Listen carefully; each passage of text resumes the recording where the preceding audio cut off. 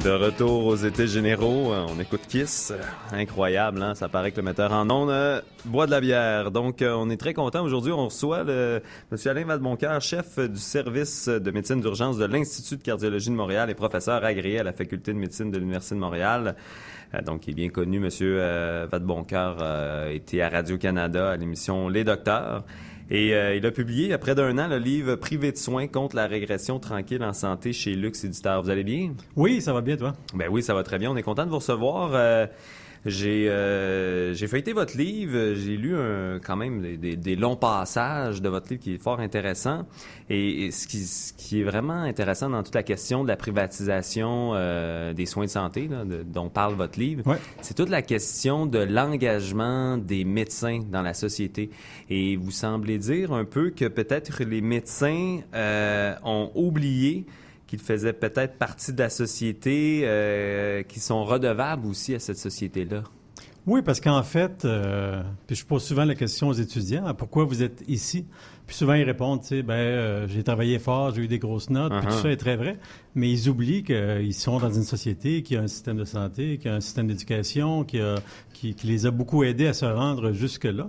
Et les médecins étant un petit peu individualistes là, sur le bord, je constate, peut-être moins les étudiants, mais quand ils pratiquent ou plus tard, qu'ils ont tendance un peu à se détacher des enjeux sociaux, en tout cas dans ma lecture, et qu'ils sont pas assez présents dans les débats sociaux, justement. Et peut-être qu'ils oublient un petit peu d'où ils sont venus, en fait, véritablement. C'est un peu dans ce sens-là que je le dis. D'où la nécessité de renouveler un appel à l'engagement, en fait, des médecins dans les débats sociaux là, qui ont cours en ce moment. Bien, c'est ce que vous faites, justement, par rapport à toute la question du privé. Là, il y a eu beaucoup de choses qui ont bougé au Québec, au Canada. En 2005, il y a eu le fameux arrêt Shaouli qui ouvrait la porte, justement, au privé. Là, on est presque 8 ans plus tard. Est-ce que il y a eu des grosses transformations à cause de cet arrêt-là? Est-ce qu'on est en train de se faire avaler petit à petit par le privé? Il faut comprendre d'abord que le Québec est probablement la province la plus avancée, puis évidemment, je le dis entre guillemets, oui. là, dans la privatisation. L'arrêt Shaouli, ça a quoi ça amené? C'est qu'il y a eu des changements législatifs là, qui ont été amenés après ça, qui ont ouvert des petites portes.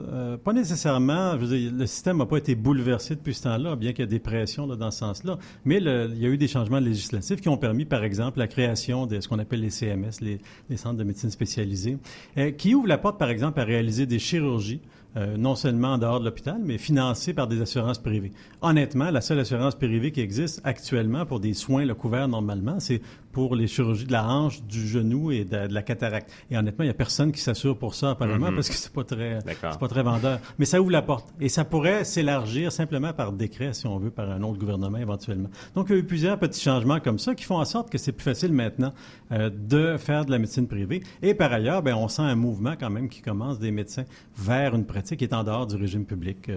Donc, c'est des faits que je dénonce, qui sont dans mon bouquin. Puis il y a d'autres choses. Il y a les frais accessoires dont on a beaucoup parlé récemment. Oui, il y a la couverture de l'imagerie. En fait. Donc, c'est un mouvement qui dévale pas en ce moment, mais qui est quand même présent et qui s'est accentué certainement en 2005. Mais justement, parlons-en des frais accessoires. Là, vous dénoncez, votre association, justement, dénonce les frais accessoires. Pourquoi c'est un danger? Puis ce que je comprends là, à la lecture des documents, c'est que les gens sont pas vraiment informés aussi. C'est ça le problème des frais accessoires. S'ils doivent payer pour ça, dans quel cadre ils doivent payer pour ça? Oui, très peu informés. Même les médecins sont mal informés là-dessus. Ça paraît surprenant, mais on a fait quelques présentations et on se rend compte que même les médecins n'ont pas beaucoup de notions. Donc, on parle de quoi? On a fait le choix ici d'un système où les gens sont couverts par un régime public. Donc, en théorie, tous les soins qu'on appelle médicalement requis, là, qui sont nécessaires, sont couverts. Sauf que, c'est pas tout à fait vrai, c'est de moins en moins vrai parce que, par exemple, puis là, je pense un exemple parmi d'autres, mais si vous voulez passer un examen de l'estomac, mettons une gastroscopie, évidemment, c'est couvert par le régime public. Si vous le passez à l'hôpital, c'est couvert. Mais si vous le passez en clinique, on va vous charger des frais. Et c'est pas des frais qui sont bénins. Là, on parle de 200 ou 300 $ apparemment pour couvrir des frais de médicaments ou autres, en fait, qui sont des frais non seulement excessifs, mais qu'on pourrait considérer illégaux et contraires aux principes du système de santé. Donc ça, c'est un frais accessoire. C'est-à-dire que c'est un frais qui ne devrait pas être chargé et qui est chargé malgré tout et que les gens paient parce qu'ils sont un petit peu pris au dépourvu. Et souvent, parce qu'il y a des listes d'attente qui peuvent être longues dans les hôpitaux, les gens déboursent ça pour accéder. Et c'est un problème parce que ça crée à ce moment-là un système qui est à deux vitesses parce qu'il y a des gens qui ont les moyens de payer ça puis d'autres qui l'ont pas. Donc, c'est contraire à ce qu'on défend, en fait, comme principe. Ça, c'est pour les frais accessoires, mais Quand on pense justement à la médecine privée, il y a quand même des arguments de ce côté-là qui sont assez forts. En tout cas, moi, personnellement, je connais des gens qui disaient, bon, j'avais une douleur quand même, un inconfort, là, c'est pas des douleurs graves. On me dit, je vais attendre 6 mois pour une opération. Alors moi, je peux pas travailler. J'ai à la limite une détresse psychologique parce que pendant des longs mois, j'ai cet inconfort-là. Donc, j'aime mieux finalement aller tout de suite me faire opérer, régler ça, pouvoir retourner au travail. Donc, l'argument est quand même bon. Comment on peut faire pour contrer cet argument-là, ou c'est quoi la solution dans à la limite, du point de vue de la personne, je le comprends. La personne qui a les 5 000 $, mettons, pour se faire opérer à l'épaule et qui a des douleurs et qui n'a pas accès, je le comprends personnellement. Je veux dire, le problème, c'est que d'une part, si les attentes-là existent, il y a des raisons pour ça. C'est des attentes-là, si on prend l'imagerie, l'accès à la radiologie, par exemple, ou la chirurgie, ben il y a eu des compressions dans le réseau de la santé qui ont fait en sorte que l'attente a augmenté. Puis c'est très variable, l'attente. Honnêtement, au Québec, on se situe pas si mal par rapport au Canada, là, mais il y a de l'attente. Et quand il y a de plus en plus d'attente, ben ça ouvre la porte, justement, à une éclosion d'un système parallèle. Donc, c'est les défauts du système public là, qui permettent ça. Puis on est loin de dire que le système public est parfait. Au contraire, il y a beaucoup de choses à améliorer. Il faut travailler très fort, mais c'est ces défauts-là qui ouvrent la porte à ça. Puis je comprends la personne qui est complètement prise au dépourvu, qui veut passer un scan, qui dit que non, j'ai pas accès avant temps, X temps, je vais payer. Le problème, c'est que c'est une minorité de la population qui est capable de défrayer ça, ou qu'il y a des assurances là, dans certains aspects, là, comme l'imagerie. Là.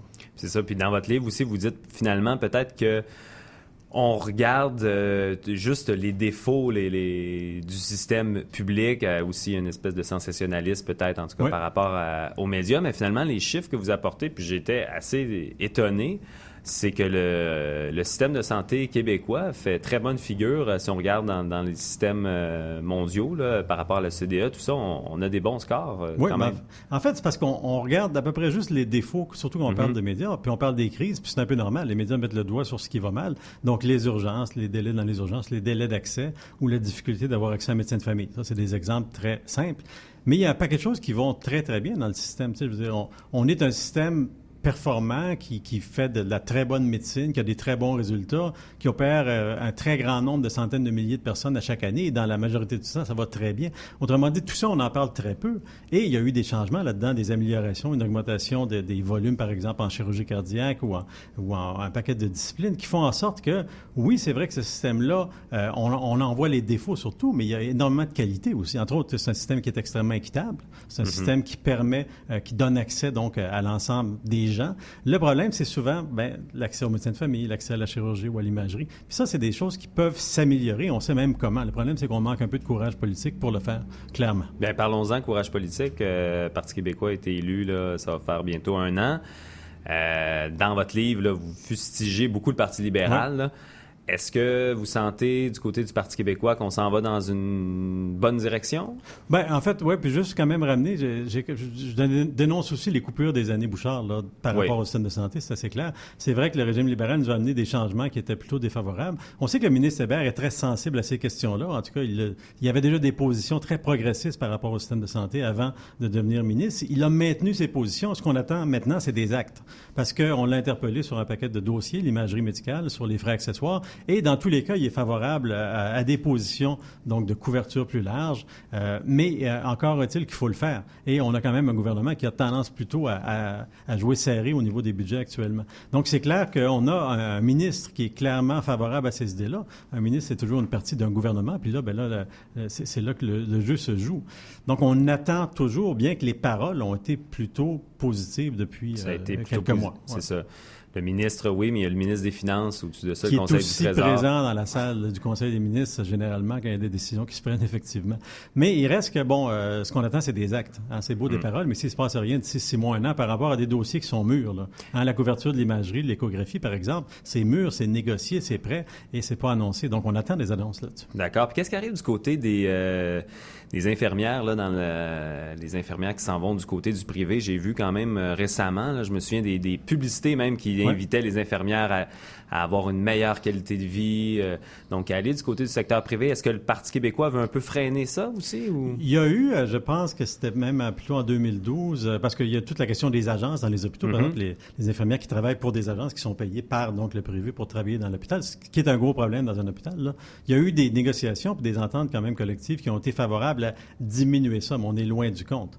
L'autre aspect par rapport aux infirmières, qu'on est nettement en retard au Québec, c'est toute la question des infirmières praticiennes et du travail d'équipe en dehors de l'hôpital. Et là, on est très, très loin là, de ce qui se fait en Ontario, par exemple, pour prendre une comparaison très simple. Donc oui, il y a beaucoup de travail à faire avec la profession infirmière pour avancer, pour un peu restreindre cette espèce de sortie des infirmières vers le privé, mais aussi, surtout, ce qui est beaucoup plus important, pour les inclure dans la pratique, dans le travail d'équipe et inclure les praticiens en première ligne, ce qu'on a très, très peu au Québec. Là. Il y a plein de solutions comme ça que vous apportez.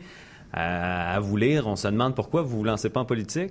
Ben, c'est une bonne question. Est-ce que la politique me ferait bien? Je ne suis pas tout à fait certain de ça. Ouais. J'aime beaucoup la libre parole, la capacité de se prononcer. On sait très bien quand on va en politique, la liberté de parole, ça a certaines limites. Hein?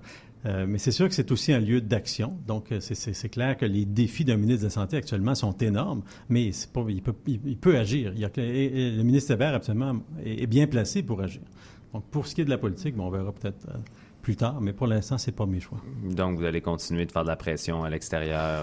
Ben, c'est une façon de participer au débat public, en fait, et de faire avancer les choses, de tenter de faire avancer les choses et de sensibiliser, qui a sa valeur aussi. Là.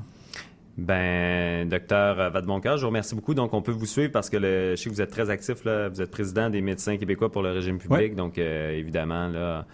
On va suivre vos communiqués de presse et autres actions. Oui, on essaie de sensibiliser à ces questions-là parce que c'est des questions mal connues, malheureusement. Effectivement. Et les gens devraient être au courant et devraient se renseigner davantage. Effectivement. Ben, je vous remercie infiniment. Grand plaisir. Merci, au revoir. Au revoir.